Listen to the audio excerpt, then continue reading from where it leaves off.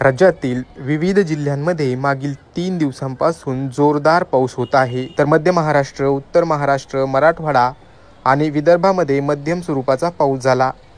पुण्यामध्ये सकाळपासूनच पावसाचा जोर पाहायला मिळतोय. कोकणातील अनेक जिल्ह्यांना देखील हवामान विभागाने अलर्ट दिला आहे. 26 सप्टेंबरपर्यंत राज्यातील वेगवेगळ्या विभागांमध्ये पावसाचा जोर हा कायम राहणार आहे. पाहुयात पुढील 24 तासांमध्ये राज्यात पावसाची व हवामानाची स्थिती कशी राहील.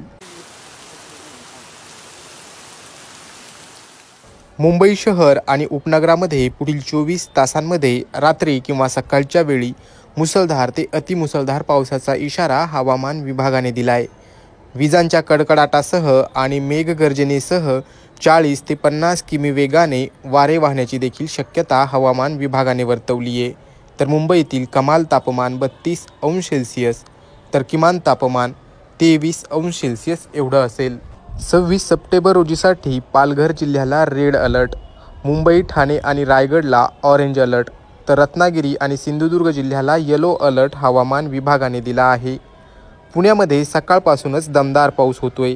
पुढील 24 तासांमध्ये देखील पुण्यामध्ये आकाशामध्ये ढगांची दाटी होऊन मुसळधार पावसाचा इशारा हवामान विभागाने दिला आहे. तर पुण्यातील कमाल तापमान 29 अंश सेल्सिअस तर किमान तापमान 23 अंश सेल्सिअस एवढं असेल. पश्चिम महाराष्ट्रातील कोल्हापूर आणि सातारा या जिल्ह्यांना हवामान विभागाने येलो अलर्ट दिला आहे. उत्तर महाराष्ट्रातील नाशिकमध्ये अतिमुसळधार पावसाचा इशारा देण्यात आला आहे. नाशिकला रेड अलर्ट, धुळे नंदुरबारला ऑरेंज अलर्ट हवामान विभागाने दिला आहे. तर जळगाव आणि अहमदनगर जिल्ह्याला येलो अलर्ट देण्यात आला आहे.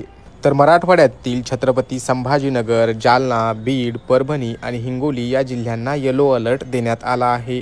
तर विदर्भातील सर्वच्या सर्व जिल्ह्यांना हवामान विभागाने येलो अलर्ट दिला असून विदर्भातील जिल्ह्यांमध्ये मध्यम पावसाची शक्यता आहे. तर मंडळी, हा होता राज्यभरातील हवामानाच्या स्थितीचा आढावा. एकंदरीत मराठवाडा आणि विदर्भावरील पावसाचा जोर हा काहीसा कमी झाला असून आता मध्य महाराष्ट्र आणि कोकणातील जिल्ह्यांमध्ये पावसाचा जोर हा वाढला आहे. मुंबई आणि पुण्यामध्ये पुढील 24 तासांमध्ये मुसळधार पावसाचा इशारा हवामान विभागाने दिला आहे. त्यामुळे या दोन मोठ्या शहरातील नागरिकांनी योग्य ती काळजी घेणं गरजेचं असणार आहे. तर देशामधून मान्सून परतण्यास सुरुवात झाली आहे. राजस्थान, गुजरातचा काही भाग आणि पंजाब, हरियाणामधून मान्सून परतल्याचं हवामान विभागाने स्पष्ट केलं आहे.